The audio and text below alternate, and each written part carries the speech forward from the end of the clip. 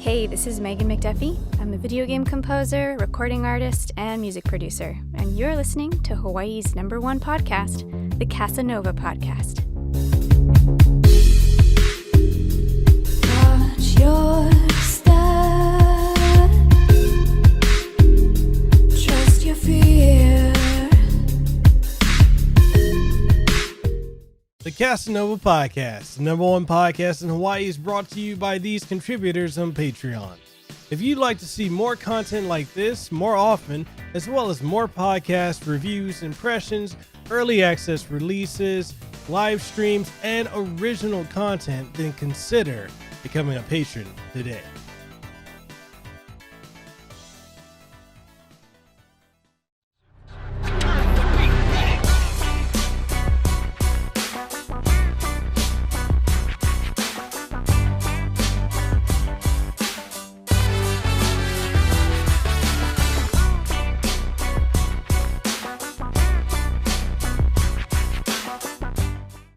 All right, and welcome everyone to another episode of Hawaii's #1 podcast, the Kasanova podcast. I'm your host, Mekel Kasanova. I'm coming at you with another phenomenal interview. In today's episode, I have the true honor and privilege of interviewing the legendary and iconic DJ Theo. Now, DJ Theo, he is DJing since 1992. He's from Southern California. He's one of the pioneers of the rave scene that was going on there. He's created a name for himself while changing genres and staying true to his integrity, committing to what he feels is the best in underground dance music. His consistency of skillful mixing and lively scratching has cemented his sound regardless of what genres of co-mingling in his style. In addition to his DJing, DJ Theo is also an accomplished producer and remixer that has landed several tracks on Bedrock, Suara, Perfecto, Looq, drops, and system recordings, to name just a few. His approach to music production mimics his DJing artistry in the aspect that genre comes second over the feeling of the music.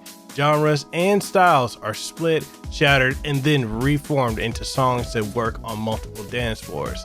And in this episode today, we're going to cover everything from his journey, producing, mixing, and so much more. So if you're ready to do it, I'm ready to do it. Let's go ahead and welcome Theo onto the show. All right, and welcome everyone to another episode of Hawaii's #1 podcast, the Kasanova podcast. I am your host, Mekel Kasanova, and I am honored to have the privilege of interviewing the one, the only DJ Theo, aka Jacob Ofilas. Man, how's it going? It's going. It's good. It's good. Yeah, I'm getting. You're catching me right before I am taking off. Awesome. So I currently live in Hawaii, not too far from where we're at right now. I live in Hawaii Kai, and moving to Santa Barbara next week. So nice, yeah. Nice. Hey man, go ahead and plug like your social media outlets, your website, and everything. Yeah, but you can catch most of what I'm doing at djtheo.com. That's THEE-O. Even if you spell it wrong, it'll go there. So about every variation you can get, so it'll all go to the same place. And to go to my Facebook, just look up Theo and you'll find me. And probably use Instagram the most. So I don't really tweet as much as I used to, just because I just kind of found it just a lot of noise. Oh yeah. And so yeah, if you want to find me on Instagram, it's THEE-O. Okay. No, I definitely agree with you about like Twitter. Like I feel like I'm only on it if I have to be on it, or if I have to network or promote something. But yeah, there's so much noise on Twitter, and I just feel like when it comes to, if I'm going to be on social media, Facebook is dying off slowly. Yeah. And I feel like for promoting like a brand or a business, it's either Instagram, Twitter, surprisingly LinkedIn. Yeah, I've been utilizing LinkedIn a lot more lately. The content you create for LinkedIn is definitely viewed a little differently, and what you get from there is a bit different as well. So I like it that it's more professional platform, and I'm an IT guy. I've been doing IT for a long, long time, and so I utilize that a lot for my IT stuff. But I've started utilizing that for the DJing stuff as well. Nice. And let's talk about like your career in DJing, and you're also a producer as well. Yeah. Like, you've been DJing and producing for over 20 plus years, Yes. 25 years now.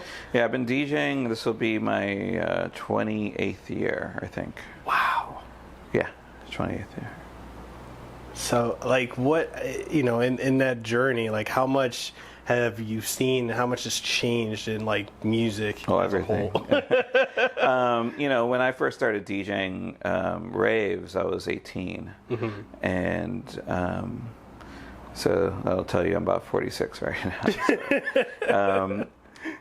So when I first started DJing, it was, vinyl only. Mm-hmm. There wasn't any, digital platforms at the time. You had to go into a record store and buy your records to play out that night, and that part of it I definitely miss. I don't miss lugging around vinyl everywhere I go now, but I do miss the record store and that vibe, and I still collect vinyl, so that's still a part of my life, but it used to be a bigger part because I was part of my DJing. Mm-hmm. So yeah, the platform, the tools that you use to DJ have definitely changed over the years. I've seen it morph into from vinyl to CDs to USBs, and I'm sure it'll get to the point where streaming is going to be where it's at as well. I think that's probably in its infancy, but I think it's something that will eventually happen. Mm-hmm. As far as the music itself, it's always progressing. It's always moving forward. Back when I first started DJing, there really was, as far as underground dance music, it really was only house and techno. And now you have all sorts of offshoots of those two basically grandparents of electronic music. You have everything from tribal to trance to trap to dubstep to drum and bass and then every subgenre imaginable underneath all of that. So it's quite daunting. I mean, I'm glad I got into it when I did. Mm-hmm. Before social media, before when it was just word of mouth and pressing and duplicating mixtapes and passing those out. Because now I feel if I started, it'd be like, where do you go? Yeah. It's like, yeah, you can do the SoundCloud. Oh, and I forgot to mention my SoundCloud. We're gonna Theo. We're gonna leave links to everything down in the description below. Sounds good. The podcast. So. Yeah, I wouldn't know how to actually promote myself, because now it seems like this whole thing is like, you want to, gain, members, and you want to get, become an influencer and all of that, and that to me takes a little bit out of the real interaction with people out of the equation, and that's unfortunate. It seems like we're so caught up on seeing people live their best lives that we're not actually part of that interaction. It's like I'm just posting what you should consume of me, but we're not having a dialogue. Yeah. And that's why I'm glad I did it when I did, because it was really about pressing the flesh and getting to know people and networking, really networking, So but it's been a crazy journey. I've been crazy to go from that style of promotion, and then seeing how when Friendster started, and then you get your MySpace and then your Facebook, and seeing how all of that morphed into what it is going on today. It's pretty crazy. Again, I'm glad I did it when I did it, because I got to see and do things differently than how they are now. Mm-hmm. But now I just utilize these things as tools. I'm not interested in becoming an Instagram star or whatever. And that whole culture bothers me a little bit, because I feel like it's so much caught up into, like, you have an Instagram and you're an attractive person, all of a sudden you're a model. Yeah. I mean, I mean, that's the same thing as you have two controllers, and all of a sudden now you're a DJ. Yeah. I mean, that doesn't really fly in my. DJing isn't about just having the means to DJ. Yeah. There's a lot more to it. Having an Instagram isn't the means to being a model. There's a lot more to it. Yeah. And I think this instant gratification that's part of our culture now. It's funny. It's because it's instant gratification, but yet it's instant dismissive. Mm-hmm. Like I need to be instantly gratified, and as soon as I am, I don't want to see it ever again. Yeah. And it's just this weird and it forces. I was reading this article about influencers because a lot of the brands are getting away from using them as a means of marketing because it's ultimately a lot of these people. It's hard for them to keep people engaged constantly, and it becomes where you're just making kind of a fake life in order to feed these things. Yeah, and I don't think that's good for your soul. No, it's definitely not. And that's something like for me, when I went to school for marketing, mm-hmm. and then.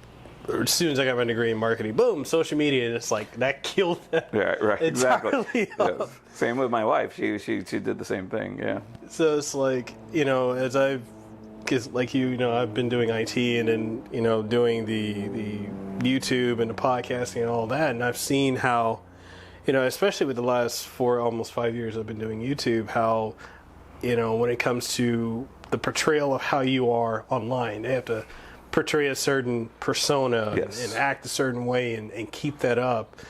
And then when you're on their social media platforms, when you're on Twitter or you're on Instagram, or the latest thing now is TikTok, it's mm-hmm. you got to keep that same type of image, and then they can't keep it up. No. When I've hung out with other YouTubers, or I've met people, or I've gone to different conventions, and they're entirely different. Like when someone comes around, they're like, "Oh, hey, yeah," and then they're around, it's like, "Oh God, I'm glad that person's gone." And it's not easy to keep up. And like I tell people all the time, for me, I'll post. I do my reviews. I work with game and tech companies. Actually, just got sent a mixer interface from TC Helicon. Mm-hmm. So I'm going to be working on a review for that. And, I enjoy that aspect of it, but the constantly being like on social media to promote this false image, I can't. Yeah. It's too draining. Yeah, and it becomes exhausting. Yeah. I can't imagine trying to, think of content 24 hours a day. It has to be, somewhat just like there's so much, right? Yeah. And then the platforms always change, like you just mentioned TikTok, and which really is replacing what happened with Vine. Yeah. And, Vine was super popular for a minute, and how long will TikTok last? And then until there's something else, something new. Yeah. It's hard to really stay involved when there's just so much movement around it. Yeah. And it's kind of like DJing, because DJing is there's so much music that how do you really find what you need, yeah. and find what best represents you as a person, because there's just so much. And it's good. It's a good problem, because it means there's plenty of options and plenty of avenues to go down. But it also becomes just you're like an island in the middle of a giant sea, which we are in. Hawaii. That's right. No, but like what you were saying about, like, if you were starting out now, like, you wouldn't know where to start. No, I feel like that's become like the norm for almost every field now. It's like, where do you start? There's so much, and I kind of feel like it's, given that, we come from the pre-social media era. Right. Like, before, it's like, okay, you want to do this, you're going to take either this path, or this. Right. It was very limited options, whereas now it's like, here's everything, and you're like, what the fuck do I do? Seriously. And it becomes, like, I look at these, people's feeds, and I wonder, like, what is their real life like? Because this is not real. Yeah. And it's prefabricated. It's there for you to feel like, oh, I wish I was them, or I wish I was, in the same situation. And,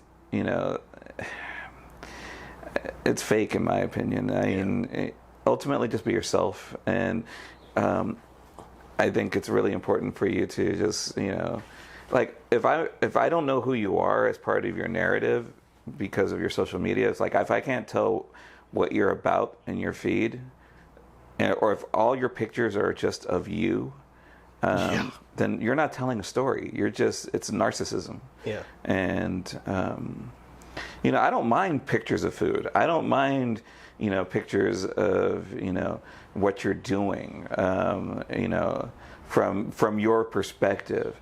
But like I see these feeds of like these Instagram models, and it's just like me, and I'm just like, oh, I mean, really, can there be more to you than just this? I don't know. It just seems like we're living in a very narcissistic, egocentric culture right now, and instead of our souls are being fed by the number of people who like our stuff, and that's not cool.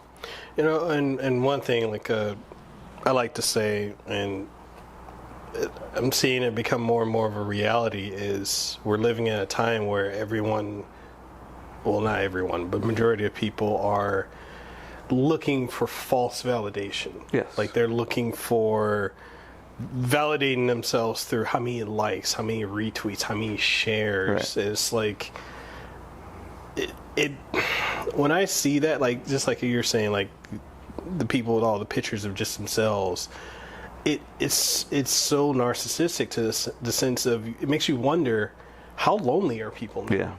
Yeah. True that. Like I know how many Instagram followers I have. It's like 5,200 or something like that. But I've never thought of how do I get more. That's never been a part of me or what I want to do with the platform. I've never like seriously have thought to myself, well, how can I engage and get more followers? And because I think if I think that way, then I'm not thinking of who I really am. I'm thinking of what other people want me to be instead of who I really am. Yeah. So I think it's just, if I post a lot of pictures of food, of DJing, of events, of living in Hawaii while I've been here. Just that's me. Yeah. And I'd rather give you kind of who I am as a whole, or rather than just one side of me, and let me focus on that so I can either become an influencer, because now that's this whole thing about micro influencers, or so it's like a certain number of followers. You have this thing, and I don't feel like I want to leverage that kind of stuff. I'd rather just, hey, this is me, and mine isn't even public. Mine's private. So if you want to know me, then you have to ask, and most of the time I'm cool about it. But it's really, I rather have it be like people who are friends and love the music, or we have mutual things in common, rather than me trying to push myself on you. Yeah. And another thing too, like these people that are trying to be influencers and micro-influencers, and I think, for a lot of us who understand how the social media stuff works, and also for different industries, it's very easy to just buy the followers.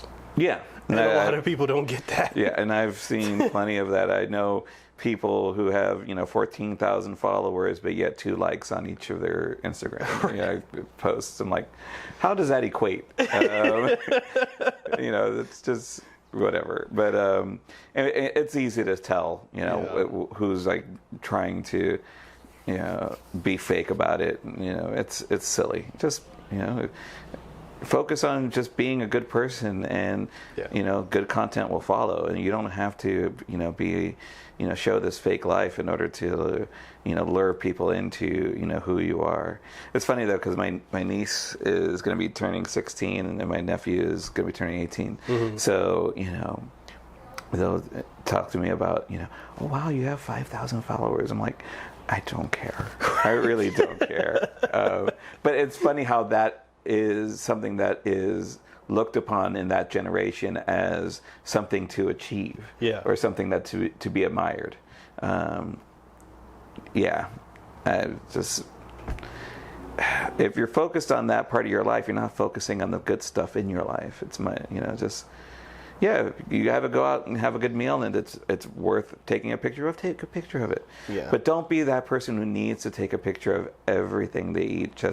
Unless you're making money doing a food blogger. Like if you're making money doing this stuff, I can't say nothing, because that's honestly more power to you. I can't get there just because that just doesn't make any sense to me. But if you are out there making money off your Instagram feed, more power to you. And you also notice how, especially when you see a lot of the younger people, the teenagers, and even the people in their 20s, I feel like every time, like if, I'm walking in Waikiki or I'm going around the island or wherever, even if I'm traveling, I see people more with their phones. They're just living through their phone. And I'm like, look at the world around you. It's funny to see so many people in Hawaii, like you walk down, like you said, like just going down Waikiki, and it's just they're on their phones, and you are surrounded by beauty, but yet you are just stuck to your phone, and that is sad. Like literally, we got Diamond Head Crater right behind us, and when I go hiking there, it's like I just see people on their phone, like, oh look, I'm here, I'm here, and I'm like, how about you just experience it?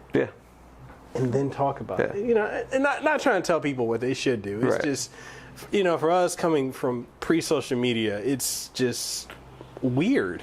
Yes. I do like, and I wish I had more time for this, but I do like the original intention of blogging, which is, the online diary, the way you could actually talk about, if these experiences, like instead of these, little capsules of time, like your Facebook check-ins or your Instagram, actually creating a narrative, like a true narrative, and being able to talk about, things and give historical context and bring up other issues, and actually have it become more of a story rather than this snapshot.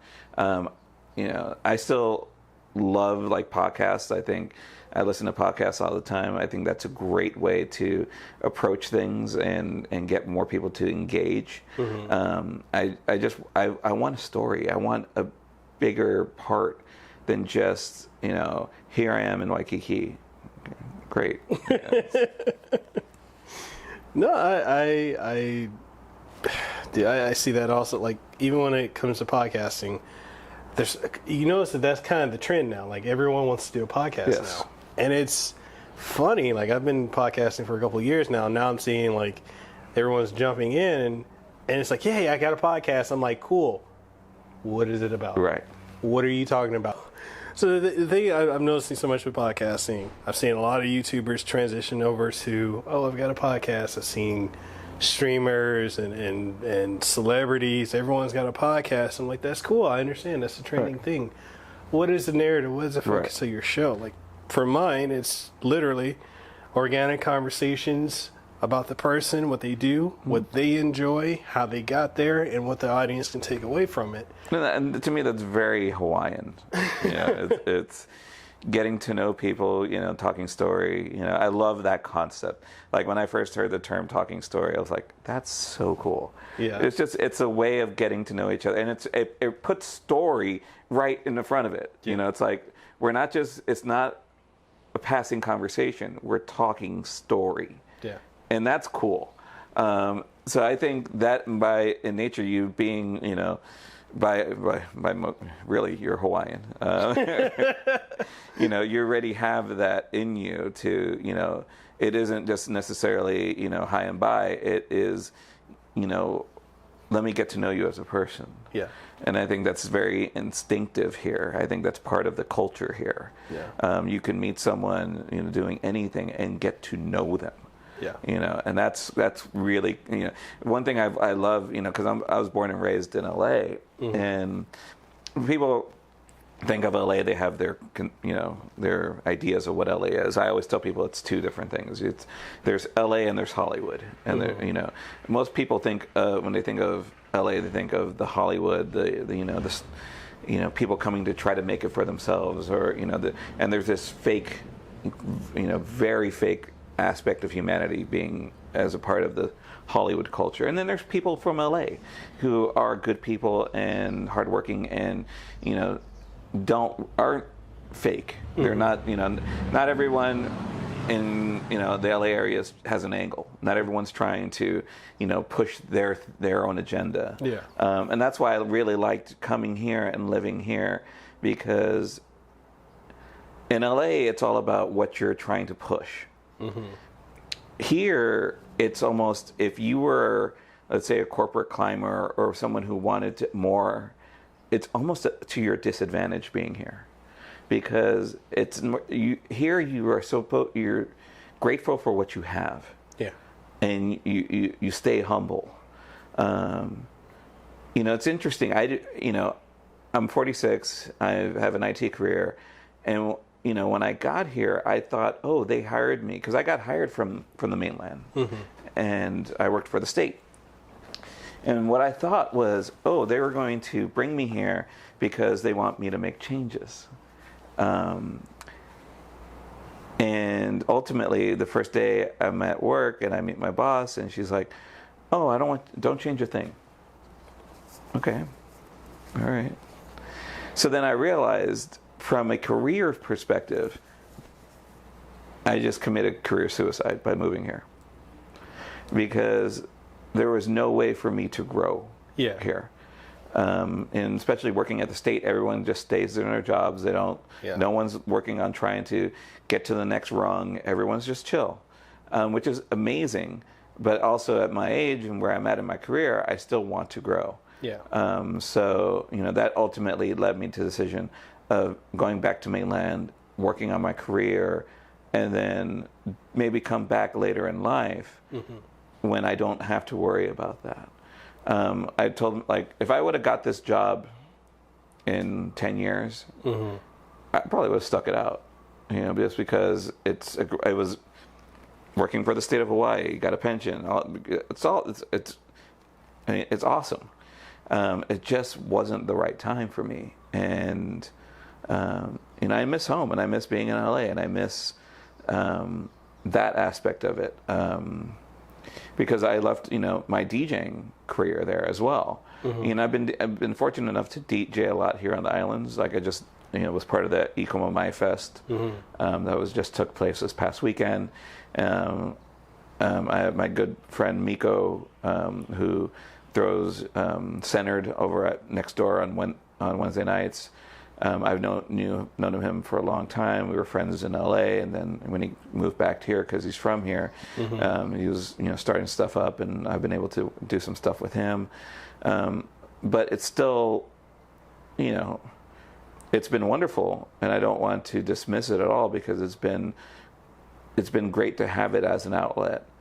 I just, unfortunately, I need more. Yeah. And and I don't think I have to feel bad for that, but that's just my reality. It's like, one of the things my wife and I really love is live music. And there's tons of great live music on the island. You just go down to Ala Moana and you'll hear live music. You go to any bar, you'll hear live music. But there's bands that we like that we've been following for a long time, and they'll never make it to the islands. All those tours that we love never make it to the islands. Yeah. So for us, that's been hard. I knew we were moving back mainland for a couple of months, so I already have concert tickets lined up for the summer. Just because I know I'll be back and be able to actually go and do that stuff again. So that to me was really hard, was leaving that part of my identity there in LA, and but it's been living here has actually helped me in a lot of different ways. It's helped me slow down. It's helped me be more mindful, and be more humble, and be more appreciative. It's funny because I wrote on my Facebook like 3 months into being here that it was like, sometimes you have to remove everything from your life in order to understand what you need. Yeah. And that's what Hawaii was for me. Yeah. I have, people who would love to keep me on the island. And I'm grateful for that. I will be back. But right now, for my career and for, and even for the music, it's best if I, focus on that on the mainland. And, my buddy, who was also one of the headliners of Ikomamai, is DJ Dan from LA. When he came out here in July and played a couple of shows, and he was talking to my wife, and he's like, you just need to get him back home. And then when I saw him this past weekend, he's like, I'm so glad you're coming back. He's like, and not to say you will never come back. He's like, right now, you vibrate at a 7. The island vibrates at a 4, and maybe when you're ready to vibrate at a 5, you'll come back. And I'm like, maybe we'll see. No, it is so true. Like, especially if you want to do more, and for the audience who's not familiar with how Hawaii is, it's very laid back, very slow pace. So if you're coming from LA or Washington or anywhere really in the mainland, maybe no bigger city. Maybe it's just bigger cities. Yeah. So it's a slower pace here, and you'll, especially like, because I can say the same thing about IT. Like when I was at Hawaii Pacific Health, I hit a point where I'm like, I can't go up. Yeah. I'm like, that's it. This is as far as I can go. Yeah, that's it. Because the person above me had been there for like 20 something years. They're not going anywhere. Yeah. And I'm like, okay, well, what do I do? I've got these certifications. Can I go to this hospital? Okay, if I go to Queens, that person's been there for that long. If I go to Kaiser, that person's been there. So I'm like, all right, well, let's just see if we can do this podcasting thing. And so I told my wife, like, because I'm ambitious. Yeah. I want to do more. Right. And I know that I can't do as much as I want to here. And we've actually been talking about moving to either, LA or to San Diego. But I know for her, because she's from Molokai.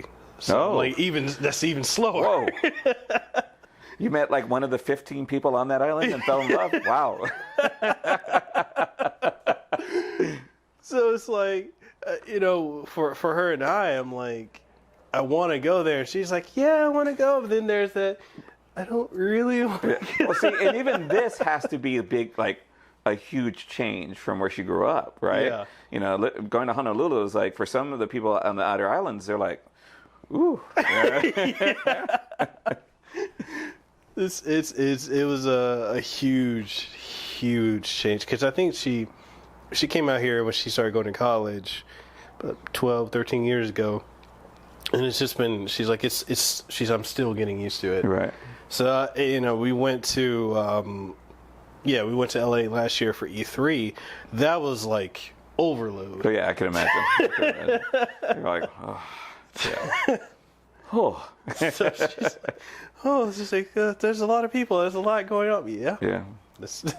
And Hawaii is a wonderful place, but I do feel like it's also a place where you just, if you're fine with where you're at in life, you're going to be great. Yeah. But if you are overly ambitious, it's almost frowned upon. Yeah. And that's weird. It's like, yeah, because if you try to, push your way, it means pushing others out of the way. And that would look bad. So, yeah, this whole, spirit of aloha, which is very real, and it is a true thing. And, I even bought this book called Managing with Aloha, because, I want to take that approach of managing with me. It isn't, about the work all the time. It's about the people. And, that's the one thing I love and respect about living here, is that your focus becomes different, you know. And I have a friend who just moved to Hawaii 2 weeks ago. He is the new CIO of HMSA. Nice. Yeah. So he was the CIO of Molina Healthcare when I was working there, and I met him for coffee last week, and he's like, "Too bad you're leaving. I could use you." I'm like, "Damn." But he has.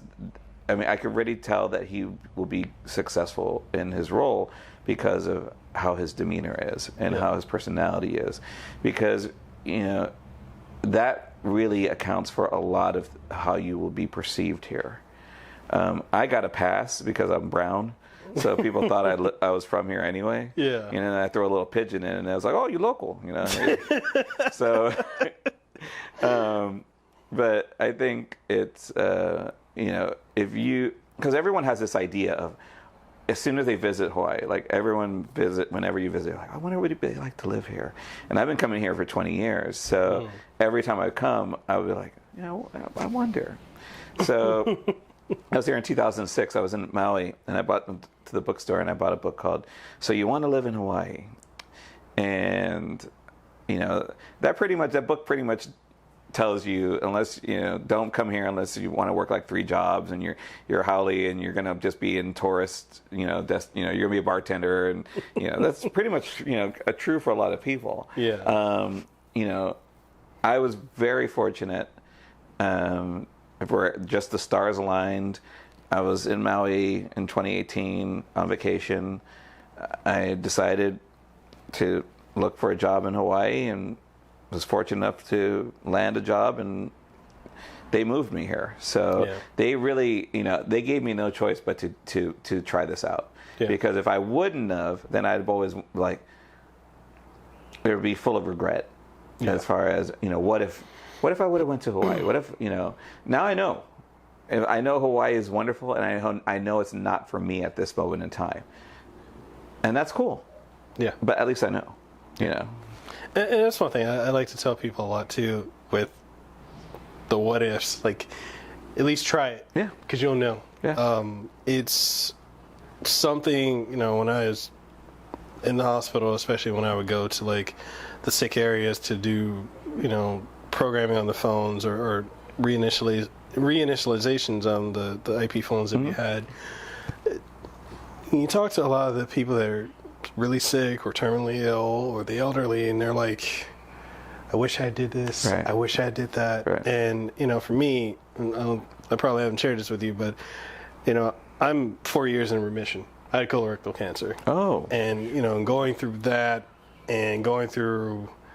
Wow. What happens if you don't make it? This is how much time we can estimate. So I've just been, the last several years, I've just been like, okay, I'm going to do this, I'm going to do that. Yeah, because you've pretty much seen the other side already, right?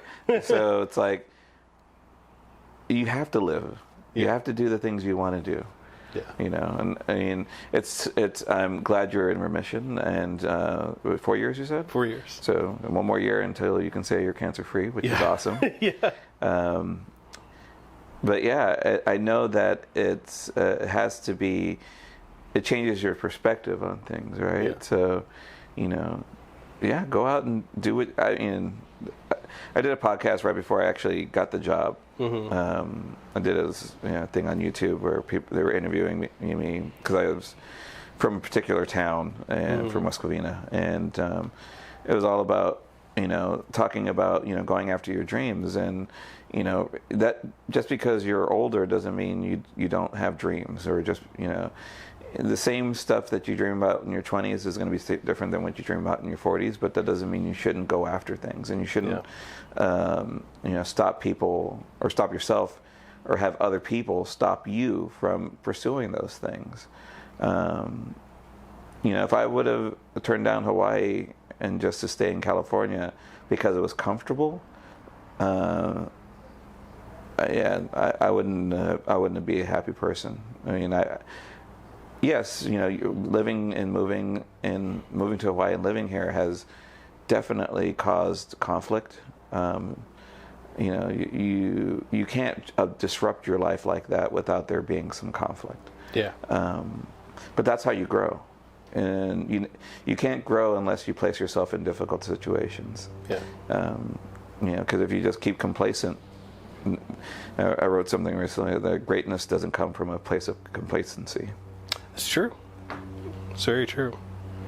And also, that you notice that there's, because of the laid back culture out here, there is a kind of a layer of complacency. Yes. And it's, kind of going back to what you were saying earlier about when you want to do more, it can be frowned upon. Mm-hmm. And, I get that from my in-laws. Like, why weren't you just happy with where you were? Why did you want more? And I'm like,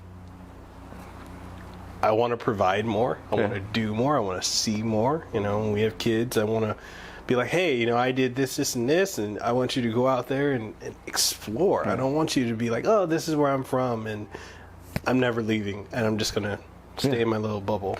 Yeah, my Hawaiian friends who where I was working and the job that I had with Hawaii Health Systems would be like, why would you ever leave that? Yeah. Yeah, from that perspective, I understand. It's a great job. It affords you a comfortable life in Hawaii, and that's hard. Yeah. Just getting there, having a comfortable life in Hawaii is tough. Yes. So the fact that I was able to do that, people are like, why would you ever, want to, I needed more. Yeah. Yeah. So, if we think we still got time. I want to ask you about, talk about the music. Sure. So you're going to be going back to California, going to be getting back into the scene there? It's already falling into place, yeah. It's funny because when I first moved here, like 3 days after I first moved here, I had a gig. And then as soon as I get back into town and back into Santa Barbara, that first weekend I'm there, I have a gig. So wow. Yeah, it's and then I already have kind of stuff lined up. One thing I'm going to do is really kind of limit myself because Santa Barbara is about the same proximity from San Diego to LA, about 90 miles, and I don't want to be in LA every weekend. I want to embrace that I am living in some place new, and I love that area of California. Which is kind of the start of the Central Coast. A lot of wineries and breweries, and I want to take that in. I don't want to just like get there and just be in LA every weekend. So I really want to focus on not doing as much as I used to. Because one thing about when I was in LA, I was very prolific because I would be everywhere. I heard you were called the mayor. Yeah, they called me the mayor. They've called me the Godfather. I mean, whatever. Frankie Bones, who's a very famous New York DJ, when he comes to LA, he calls me the mayor of Los Angeles because he's like, you're on every damn flyer. I'm like, yeah, I just work hard.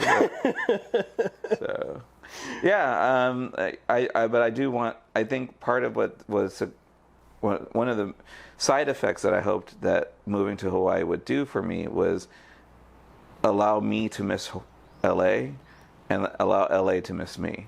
Because how can you miss someone if you never leave? Yeah. If they never leave. So I was hoping, and it felt that way when I went back in August. I got booked to do this party at Grand Park, which is right across the street from City Hall. And I haven't DJ'd in LA for several months since I left in early January.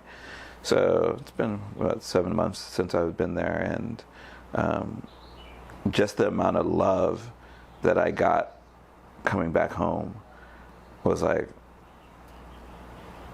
I needed that. It fed my soul. So you're saying like you're gonna be like you're looking for that marquee. But I'm looking. It's not even that. I'm looking for balance. Yeah. I'm looking for myself, especially. I've been doing this a long time. I've been, and I think what's important for me and where I'm at in my life, because I do have this music is super important to me, but I'm also going to Santa Barbara as a director of IT for, a large university, and I do want to take that seriously as well. I don't want to, focus my energies on just being a DJ and not where I'm not focusing on what's paying me and affording me the life of still pursuing my DJing. I take my IT career very seriously. I've been very blessed and fortunate to even have an IT career because I'm not super technical.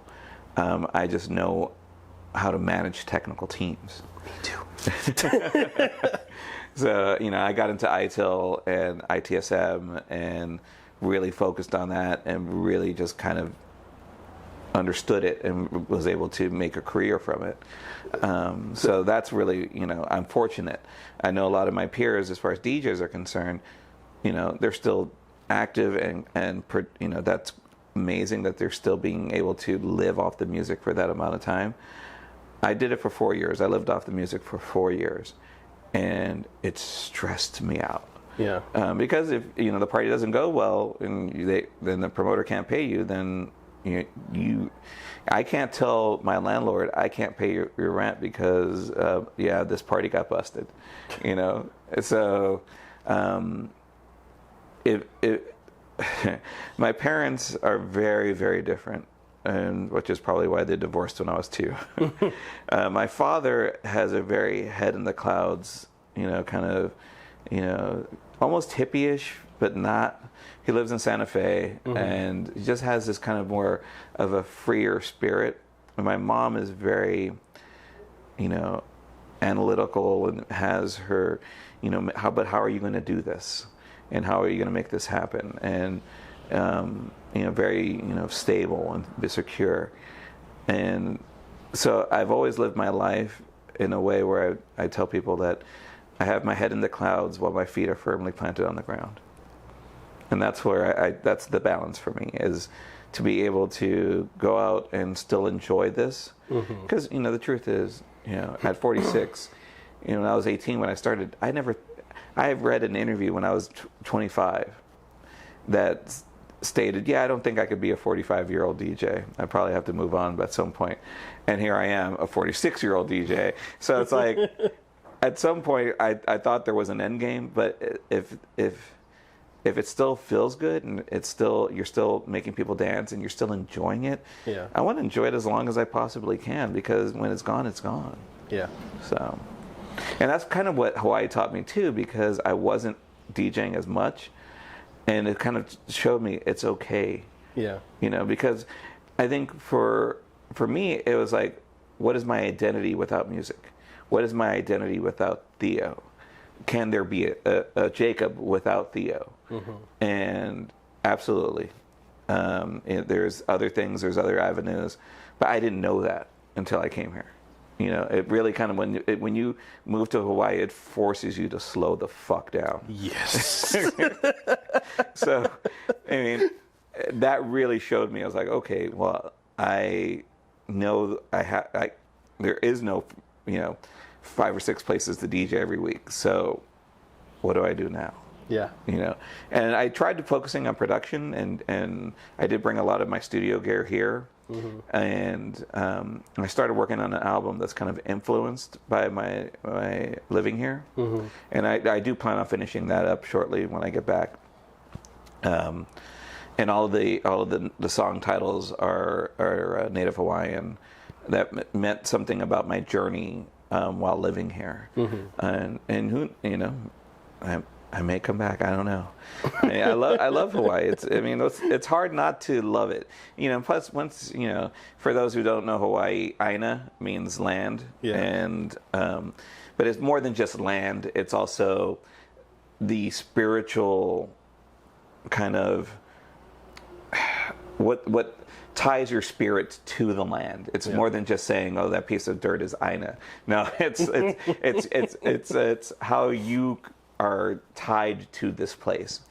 And I think, for certain people who live here, even if it's a short term, that you become part of the Aina, and the Aina kind of becomes part of you. And I feel that no matter what, you know, and I'm lucky because I get a hall pass from the color of my skin. That I always have, Hawaii in me, and so what I like now is that when I return here, it won't be as a visitor. It'll be I used to live here.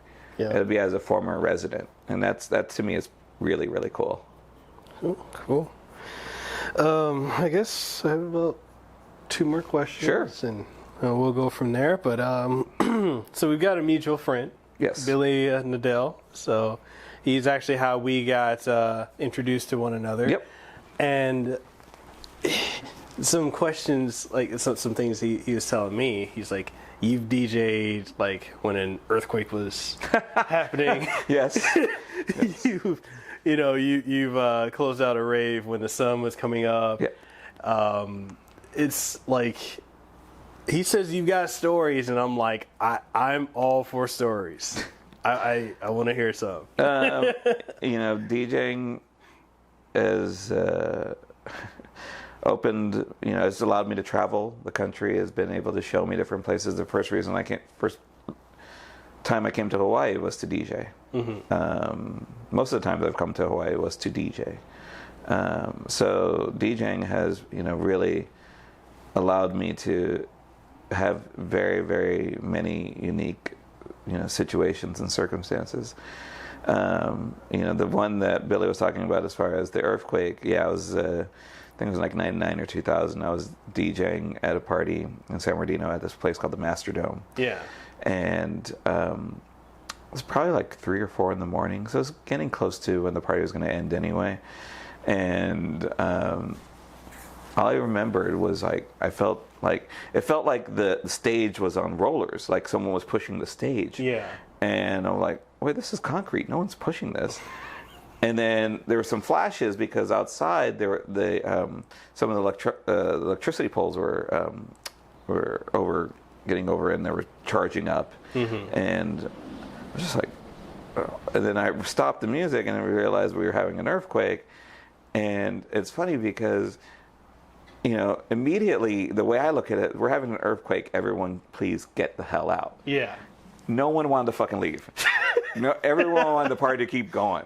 I'm like, yeah. So fortunately, the owner was like, "No, we got to close it down," because otherwise they would have been like, "We got to keep this shit going on." Yeah.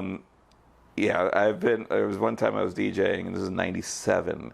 I was DJing at a venue that was outdoors. It was a outdoor kind of art garden. Yeah. Out in like Coachella, and they had back in the raves they have these giant walls of speakers, right? Mm-hmm. And I was DJing, and to my left I noticed the speaker falling. I'm like, shit. And I could tell this girl was trying to climb up there to dance on the speaker, and the speaker wasn't secure, so it fell down. It fell down on someone's head. And I had to turn off the music. The ambulance came, got him, and got the corner right on the top of his head. And wow. The next weekend, I saw him out, and he had like 15 staples in his head. And that amount of dedication, that still sticks with me. That the fact that you were so dedicated to the rave that you decided, I know I just got staples because some bitch like put a speaker on top of my head, but you still went out the next weekend. That is awesome. And you were showing your rave wounds off. And so that was, I will never forget that. I'm like, damn, you could have took a weekend off, but no. Gotta go rave. It's like time to clock in. Yep. Most of I have a lot of favorite moments as far as DJing is concerned, and mm-hmm. DJing out in the desert as the sun rises is always a beautiful way to start your Sunday. Yeah. But it's funny because I've never really been into drugs or that part of the scene, mm-hmm. so I've never where I was like, I'm going to just do a bunch of drugs and I'll be up all night, or I'm not that person. So what I end up doing is like, and I know some people are like, oh, yeah, it just doesn't fit the characteristic of like a rave DJ. Yeah. So no, I sleep. So I'll be in bed till like 2, 3 in the morning, and if I have to be somewhere at like 5 in the morning, that's like, you know, an hour and a half away. I'll wake up, get dressed, go get some coffee, and then go out to the party. So I'm like bright-eyed and bushy-tailed with a cup of Starbucks in my hand, and most of the crowd has been there all fucking night, and you can tell, like, they are dirty, and here I am, like, just sprayed on some cologne. I'm ready, you know. And my whole part of that party is totally different than what they've experienced. And I like that. I like that we are all having a different experience. Like for me, my experience is I get to make people dance. That's what I enjoy. I love watching people have a good time. And I love that I contributed to that good time. So that to me is I'm more about the shared experience than I need to go party my face off. So that's where my connection with the scene has always been revolved around the music and the experience and that, you know, symbiotic relationship between the DJ and the dancer is like, you know, because as much as, you know, I'm feeding them, they're feeding me, you know. So yeah, I mean, I plan on one day, you know, writing a book, kind of going through, you know, my adventures in the rave scene of Los Angeles. Because I entered the rave scene at a very cool point in time. It was in 92. The rave scene really in LA started around 89. But it really didn't, like, it wasn't cultural until like around 91, 92, where it became kind of more of a scene. And there was, you know, that's when the media started, you know, doing these stories about, you know, it's 4 a.m. or where are your kids, you know, type of thing. And sensationalizing the rave scene, which actually brought more people going to raves, because they wanted to see what this was about. Like the thing they saw on Channel 7, what is that thing about? You know, so it actually brought more people to going to parties. And then, you know, I remember going to like my first party that had like 2,000 people, and everyone's like, oh my God, there's 2,000 people here. And then in 2000, when we started hitting like 50,000 people, we were just like, where does it go from here? You know, we got like 50,000 people at this party. Where the hell do we go? And Pasquale was basically, yeah, we'll hold my beer. And you know, now he's doing EDC, and you're getting like 120,000 people over the weekend. And just so I was at EDC 2 years ago, and I'll probably be at EDC this year. But 2 years ago, I remember I came in through I was there in 2016, and I came in through the artist entry, which didn't really give you like the full effect of entering EDC. So, and when I was there 2 years ago, I actually entered from the top of the speedway, and you could just, when from the top, you can look down and just see the party going on, and it gave me chills. I mean, honestly, it was just like how crazy to think that I in some small way contributed to this. Yeah, that's cool, you know, and that's where I had an epiphany too, because for a while I was kind of like, because the music's changed and it's become cheesier and poppier and it's become different, you know, and for a while I wasn't respecting that. I was pushing against it. You know, it's like, you know, it used to be better back then. You know, that's where I'm at now. Yeah. And I don't want to be that person, because ultimately I don't want to live a get off my lawn type of thing. I may not like where things go, but that doesn't mean I can't respect other people for enjoying it for what it is. Yeah. So I had this epiphany moment where I was at the main stage, and like Mike and Dimitri Vegas, who are absolutely horrible DJs. I will say this, and I don't care. They are not good, okay? Absolutely horrible. Their music is shit, and them getting on the mic every 5 seconds just sucks. But they're not going after me. I'm not their target audience. 46-year-old DJs are not their target audience. They're going after 16 to 21-year-olds who don't give a shit about good music. So, much respect.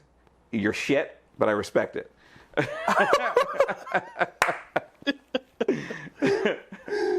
So I was watching this and I'm thinking, this is horrible, but these people are absolutely losing their shit to this. And they're having a wonderful time. And who am I to say that's wrong? I'm not. I can't. You have a good time. That's amazing. The fact that you're having an amazing time listening to this shit music, go for it. I'm sorry for being passive aggressive. No. We love this. My audience, they love. We keep it raw and real. All right, we're good. But I mean, and that's the thing about the music nowadays. Like I do sometimes. Like if I cut on the radio and I'm like, I can't listen to this. No. Yeah, and I do that too. Like I'll listen to the music like that's popular nowadays, just to see what it's about, because I want to stay, at least have an awareness. Yeah, like because I'll hear things like I heard Migos. I'm like, who the fuck is Migos? I mean, I didn't know who these people were. Yeah. So I started listening to it just so I could understand, what this is and what my niece and nephew like. Or, luckily my niece loves vinyl and loves listening to Frank Sinatra, which is awesome. Mm-hmm. But yeah, you want to see what is culturally relevant in the times that you live in. So I listen to it. It doesn't appeal to me. Yeah. But I also listen to things like Billie Eilish or whatever her name is. And she's awesome. I love her voice and what she's doing. And so I think, you're not going to like everything, and that's fine. I mean, my parents probably listened to, I was listening to goth, rave, and hip hop, and my parents were probably like, what the fuck are you on? So, I think culturally, every, new generation has to listen to music that'll piss off the former generation. Yeah. You all want to listen to shit that's going to piss off your parents. That's just what it is. So. No, it's so true. So I used to work back when we used to have Zanzibar. Mm-hmm. So I used to be a promoter there. Is this still going? I think it's flashing. Okay. I used to promote there. Used to promote at Play Bar, and my cousin DJ Rude Dog. Mm-hmm. So we'd do stuff together. Or my sister's husband. DJ LT, we'd do stuff together as well. And back when I was going out, I want to say 2000, from 2007 to 2013, I'm like, man, the music is great. And then it just changed. I'm like, I feel like when it comes to music now, it's really rare to feel where you can actually legitimately feel the music. So it's two things. It's your prism of where you're at in life is different than when you were when you were younger, right? Sure. So you're more experienced. You have more of I like what I like and I know what I don't like now. So there's that aspect of it. Yes, and a lot of it times the music is just shitty, and but ultimately you as you grow up you tend to look at things from a sense of nostalgia, right? So it's like, oh, does it give me that feeling of what I felt like when I was young? And if it does, then it automatically will appeal to you, because that sense of nostalgia is huge. Mm-hmm. But if you're open to new things and you're open to, what is this about? And I try to be open because, I try to appreciate things for what they are, mm-hmm. instead of, for example, we'll go into Star Wars for a second. Okay. I listen to a podcast called Robo Force Radio, mm-hmm. and they talk about, everyone had this ideas of what the new trilogy should have been, but they would rather focus on the Star Wars that is rather than the Star Wars that isn't. Yeah. So it's not that, there probably could have been better, or there could, but this is what we have. Yeah. And instead of worrying about, they should have done this and this, and no, this is what we have. So either embrace it or don't embrace it. Yeah. But this is what you have. Yeah. So No, before we go, is there anything you'd like to leave the audience with before we wrap up? If you're Hawaiian, I love Hawaii. Thank you for allowing me to reside in your beautiful state for the past 14 months. It's been a journey, and I don't leave Hawaii indifferent to it. I leave, it's very bittersweet leaving this island. I've gotten to know some wonderful people, and like I wish I would have known about you. I would have loved to have been hanging around with you. But you know, in LA, and if you're from LA, and our journeys and paths have crossed while I've over the past 27 years or 8 years, whatever. Thank you for being part of my journey, and thank you for.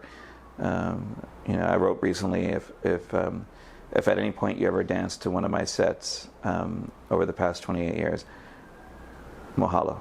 And thank you for allowing me to touch your life and touching mine at the same time. So no, I'm leaving Hawaii in a state of pure gratefulness. And whoever is watching, I'm grateful for you watching and listening to us talk story. Yeah. So I lied. I have one final question. Sure. The true final question, the ultimate question here. Did you have fun? Here? Yeah, this. Oh, this? Yeah. No, like I said, you know, I love talking story. I love getting to know people and getting to know about them, and vice versa. I love the engagement. I think there's so much of that is lost these days because you're only seeing people's lives from a point of their check-ins or their photos or their little, you know, it's funny because on Facebook it's either one or the other. It's either my life is so beautiful, this is the most amazing thing, or my life is utter shit and I'm going to kill myself. Yeah. And that's all there is. There's no in between. Yeah. It's one or the other. And it's like, Facebook is bipolar as fuck. It's like I'm scrolling through a feed and it's like, the most amazing, beautiful thing, and then the next thing is like, I don't know how I'm going to pay my rent. You know, it's like, oh shit, how do I actually deal with this amount of information that I'm getting, and yet feel sympathetic in one side and empathetic, but yet at the same time be celebratory. Yeah, almost within the same, like within one swipe of your phone. Yeah, you have to be celebratory and have empathy. It is. I don't know how we do it as a society. No. No, but no, absolutely, I had a wonderful time. Awesome, man, awesome. And you know, I want to thank you for taking time out of your day. Oh, no problem. To come here. Much mahalos. You know, with this crazy weather we've been having lately. Okay, which is still better than LA. So. So for the audience, for you guys, the weather lately has been very bipolar. It's either very hot, very windy, very rainy, or some combination of all three. Yeah, pretty much, yeah. Yeah, well, if you don't like the weather in Hawaii, just wait 10 minutes. Yeah, it'll switch just like that. So with that being said, you guys will be able to catch this episode of the Kasanova podcast on all major podcasting outlets, from iTunes, iTunes, Apple Podcasts, Google Podcasts, Stitcher, TuneIn Radio, Spotify, iHeartRadio, Pandora, and more, as well as being able to catch this on youtube.com/Mekel Kasanova. We're worldwide. You know what? We're trying. That's the objective. And for our guests, we're going to leave all your links down in the description of the podcast. And, you know, Jacob, it's been quite an honor having you on the show. It's been my pleasure. And man, we gotta do this again. Yes. I'll be in LA in a couple months for E3. Well, when you're there for E3, we'll hook up for sure. Definitely. We'll talk more story. With that being said, guys, we hope you enjoyed it. We'll catch y'all on the next one. Mahalo and aloha. Aloha. I'm supposed to say aloha. How did I mess that up? Anyway.